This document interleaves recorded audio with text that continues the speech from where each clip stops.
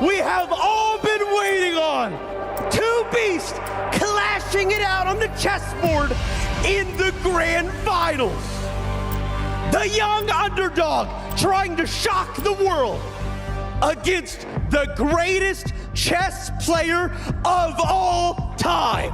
Representing Team Liquid, the face of chess, Magnus Carlsen! The king of the game, the face of an era, a world champion who bent the game to his will. Versus Team Falcons, Alireza Firouzja! The young prodigy, forged in fire, fearless, fighting for the crown. If you come for the king, you best not miss, because in this arena, Iniente Garit, Alt and Fortient, nothing is granted, everything is earned. Will you beat Magnus Carlsen? Yeah, I got a good shot.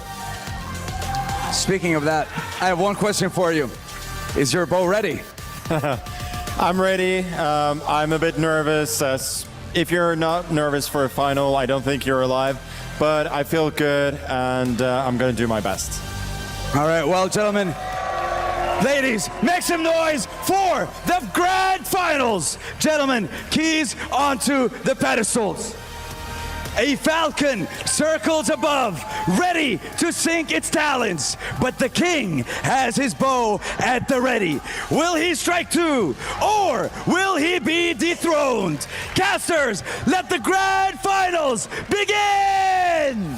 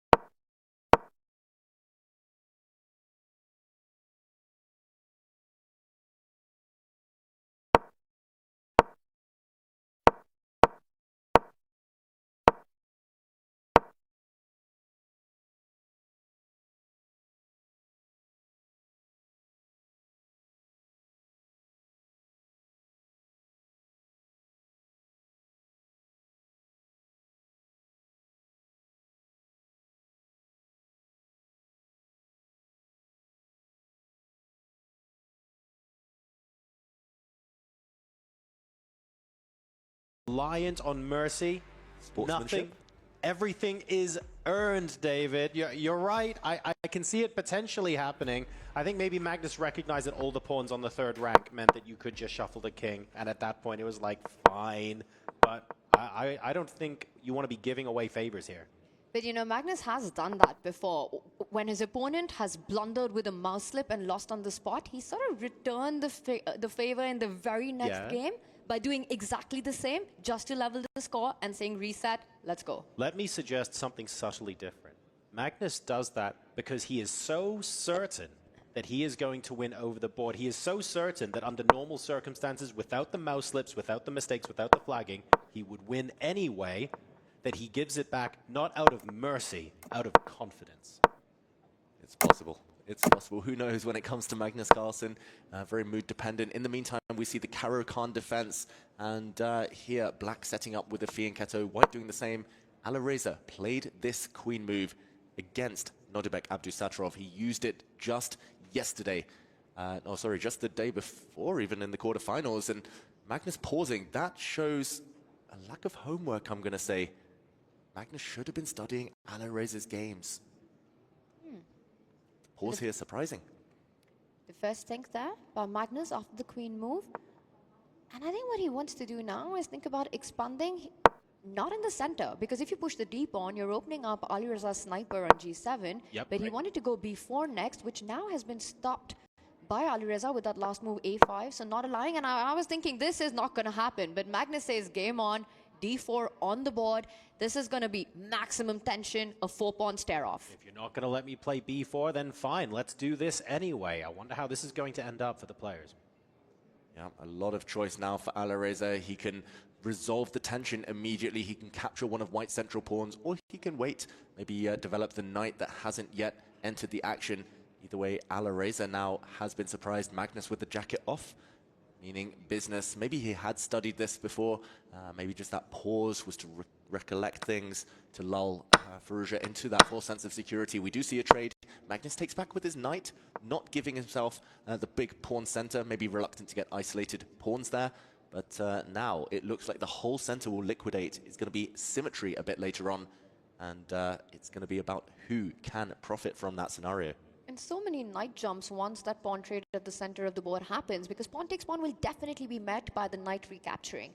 You know, Alireza isn't going to give a weakness at the center of the board. We can expect then Magnus's knight to jump at the center, or will he just do Magnus things? One move that Magnus loves to play is pushing the h-pawn forward. Whether he's castled the king or not, h4 always on the cards. Modern chess, when in doubt, play h4.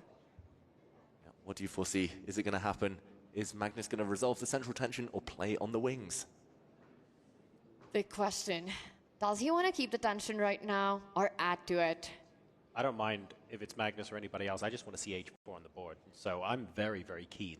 I'll say one thing though, John. If h4 happens, I think Alireza stops the advance. You really don't want that pawn to go all alpha 0. In this case, alpha Magnus on you with h5 coming in and then a potential h6. Sure. Yeah, exactly. I think the logical response to h4 is h5, admittedly. And then from that point onwards, it's a little bit harder to get super excited about it, because the follow-up to build that kingside attack, especially with the bishops pointing at the queen side, might be a little bit more difficult. But h4 certainly worth a try. Yeah, so no wing play against the falcon yet. Instead, it's some knight action as we see Magnus the first to blink. He trades off a bishop for knight. Very controversial decision, I'm going to say, because he's parted with his beautiful light squared bishop. The white king, a bit airy on those light squares, but Magnus laughing, smiling again, looking very, very happy with his position. He gained a tempo against the black queen, which is forced home, but now the white knight on c4 is hit and needs to decide. Magnus seems in very good spirits. I don't know if that's a good thing or a bad thing for Firouzja. Usually that's a bad thing. You know, Magnus is the strongest player on the planet any day, but when he comes in a good mood, he's enjoying his chess. He knows he's up in the match already, feeling the floor in his position. Now, he's taking a decision. Does he go aggressive with his knight? Knight d6? Or is he going to have a more cautious approach? Just come back to the center of the board.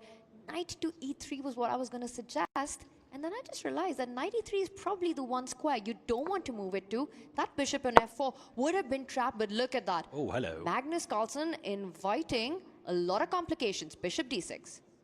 that's a double attack. It is a fork on the black rook and the black knight. Magnus now looking up to the skies. He's pretty much forced Firouzja here to take his knight. The white bishop's going to take the black knight. Taking the rook would have led to a material deficit for Magnus, 2 pieces against a rook. So now it's level material, but the black rook can save itself. Don't know why Firouzja's pausing here. Rook to e8 is the most logical move in the position, and he's playing against the bishop pair, Magnus.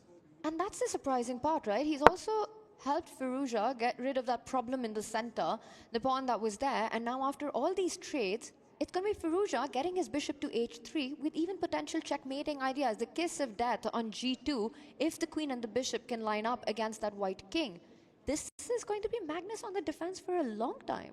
The weaknesses on the light squares, you're right. The fact that that king feels just a little bit airy means that in the long run, this doesn't feel comfortable. It's not necessarily hugely advantageous or anything like that, but certainly a situation where you might have to defend for a little while before you can spot your opportunity. So it'll be interesting to see how they choose to respond to this. And Falcons are here is what we saw on the screen. You know, Hikaru Nakamura already getting the 3rd place for Falcons. Alireza Firouzja fighting for the crown right now. They're definitely here. They've arrived. Yeah, I saw some of Magnus's liquid teammates as well in the arena. It feels like everyone is out in full support today for this grand final. This is, again, just the beginning, just set 1, but still plenty of action ahead. The white queen comes out. I was going to at least suggest that Magnus tries to get the queens off the board as soon as possible to avoid any checkmating ideas. Magnus doesn't look happy in the meantime, reacting somewhat there. Position still in the balance, despite the fact black does have those hugely potentialed bishops. You know, I think it comes down to that sequence of moves that just happened with the trades of the knight at the center of the board. Magnus kind of with a smile putting the bishop forward. But at the end of it all, when the dust is settled, Magnus realizes that this is not what he was aiming for. You know, as you evaluate this position, and look at that, we were talking about h4, it's Alireza on the attack. Magnus has to stop it. He does, but it further creates those light square weaknesses. Now the bishop can plant itself on g4. There are some developmental questions to ask as well, because you want to really get the light squared bishop off its starting square for black at some point. You can't move the b pawn, you can't play b6 because the queen would take the rook on a8. Please, not for the 2nd time in this match. But you move that, and then where are you going? Do we get the queen out first? Oh, unfortunately, the rook on e8 would then get taken. You want to move the bishop out instead to e6 or f5? Well, guess what? The knight's there to gobble it up. It's actually not super clear how Firouzja completes development and continues on this game, even though his position looks comfortable right now. Yeah, he's going to have to calculate. He's going to have to be very concrete about his mode of development here, Alireza Firouzja. One idea would be to bring the bishop out, as Tanya mentioned, and if the white queen captures a pawn, then on the b7 square, the black rook will slide across with some action of its own on the b file. It's a long sequence going through his mind, Alireza Firouzja. He's trying to prove here that the bishop pair is the superior piece configuration, but it's not going to be easy at all. And let's just show that on the board for everyone at home. Bishop to g4 is the move he wants to play. He actually plays his rook out, which is very surprising, but bishop to g4 would have allowed the queen to capture a pawn and the rook to slide across. And next move, when the queen retreats, rook takes pawn on b2, after maybe a rook trade, and this would have led to some big complications. But maybe we go back to the game, because this was something he wanted to avoid. The bishop would have had to retreat. Instead, Magnus desperately trying to offer a trade of queens. So we saw 2 different types of positions there. Firouzja choosing not to set the board alight. He's going more positional. Maybe now forced to trade if he's not going to drop the c4 pawn. And I don't think it matters if Alireza has a clear sequence of moves that gives him advantage. He just needs to keep this imbalance of the bishop pair. He needs to make sure that as many pieces as can remain on the board. And this is the kind of position where he needs to bring Magnus to that bullet territory. That's when his odds would increase. While saying that, he first gets the queens off, now puts the bishop on g4, hits the knight, aiming with that rook lift to activate it further. But even in this endgame, I think that's his plan. Just bring Magnus down on the clock. He's got something to play for here. He was trying endlessly to avoid playing the Magnus-style game, moving the queen away in the last game when the queen trade was offered. This time around, he's saying, look, relatively equal on the clock. Let's actually get the queens off the board and see what we can do. Ooh, and he brings his rook up. He's actually aiming to shuffle that rook across to the b5 square and go for white's queenside pawns once the bishop saves itself. Very, very sneaky from Alireza. That is a bit of a genius move, I'm going to say, because he's actually allowing what looks like a desirable bishop trade for Magnus Carlsen. The bishop could have gone to d4, and the black rook sliding across would now have been super effective. Let's say a bishop trade happens, and you cannot defend your b-pawn since the black bishop drops back and hits the white rook on b1. The pawn on b2 would have dropped next move. So Magnus Carlsen instead forced onto the defensive. The white bishop has been sidelined. Tanya, this just looks grim for white, although maybe with the rook trade he's going to hold it now. You know, the bar says this position's level, and I think the rook trade, it will happen because you really want to put your rook on f5. You're not only putting it on this really weird square, but also taking away the escape route of your own bishop. But after rook takes rook, the big question is how much does Alireza believe in his chances, and does he play on this position? Very close to a Magnus hold this one. And I think that would be a relief for Magnus. One word, fortress. He might have no way to break through Alireza Firouzja, just like he made that fortress for Magnus last game. Might be the case where Magnus would start believing in fortresses himself. The rooks come off. Bishop to b1. That's the idea that I would be concerned about. That a2 pawn, how are you defending it? Not sure, actually, at the moment. And it takes 2 tempi as well to move that pawn too. So I wonder what's going to happen here and whether that is simply the line. Is there maybe a counter punch somewhere that that white can do? Or is this one of those situations where even if we have a pawn in balance and we go a pawn up, it's not enough to convert? I'm pretty sure Magnus has missed this, by the way. I don't think he's seen this idea. We haven't seen a reaction on the camera from him yet. I think he's trying to keep a poker face, but if that move lands, Magnus is going to have to scramble to try and hold equality. Eval bar still says 0.0, but not obvious how white holds that one. That would be Alireza returning the favor from game 1. It was the b8 square the knight landed on in game over. But for some reason, Alireza decides to keep the balance, doesn't put his bishop on b1, but it's a threat that you need to watch out for. Magnus's knight gets active, stopped that check on e7. Alireza brings his king forward. David, this is not as simple as it looks for white. This is horrible for white. It's a 2-result game for everyone at home who might be wondering what that means. It means black should be out of danger. It's going to be either a win for black if Magnus is unable to defend, or a draw if he can build a fortress. Very minimal chances that white wins this one. Now, let's see to what extent the clock is going to play a role in this game as well. Magnus Carlsen, 4 minutes 40, playing just under 3 minutes for Alireza Firouzja. You know what?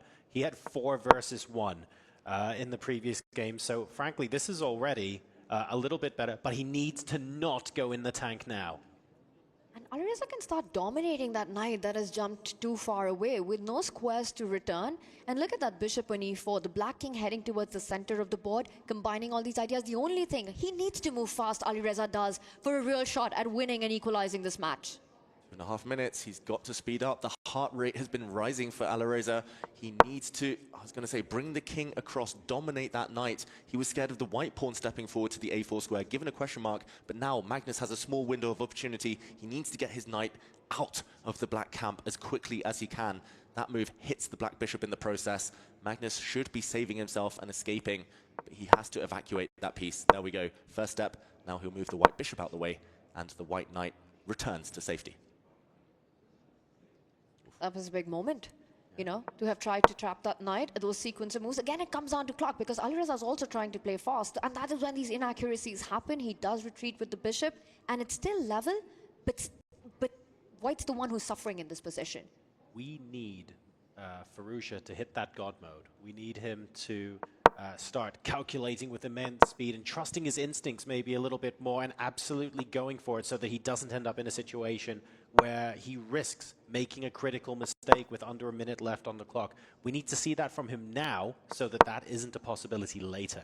You know what he's done with this bishop maneuver is to get that critical move going. And I think at some point, g5 is the break that Alireza is hoping for. That pawn on the right side of the board moves forward. And then we might see Magnus stuck with the weakness of the g3 pawn. But he has to time it well. And time is a luxury that Alireza does not have. To go for it. Pawn to g5. He needs to actually accelerate the play. He's being very, very patient, Firouzja. And normally I never fault that. It's a great skill in chess, but you can't be patient with 2 minutes on your clock. You need a clear path forward. And there we go. Pawn to g5. Has he timed it correctly? He's going for it, but he's allowed Magnus to drop back with a knight, attacking a bunch of things. Attacking Black's dark square bishop and those pawns that have advanced. Firouzja shaking his head. He might have just let Magnus off the hook. And it was all about making this move at the right time. And he didn't. Knight e4, Firouzja is about to lose his bishop advantage. To keep it, he has to now trade on f4, fall back with his own bishop just to make sure that the game keeps going. But that leaves him with a big weakness on h5.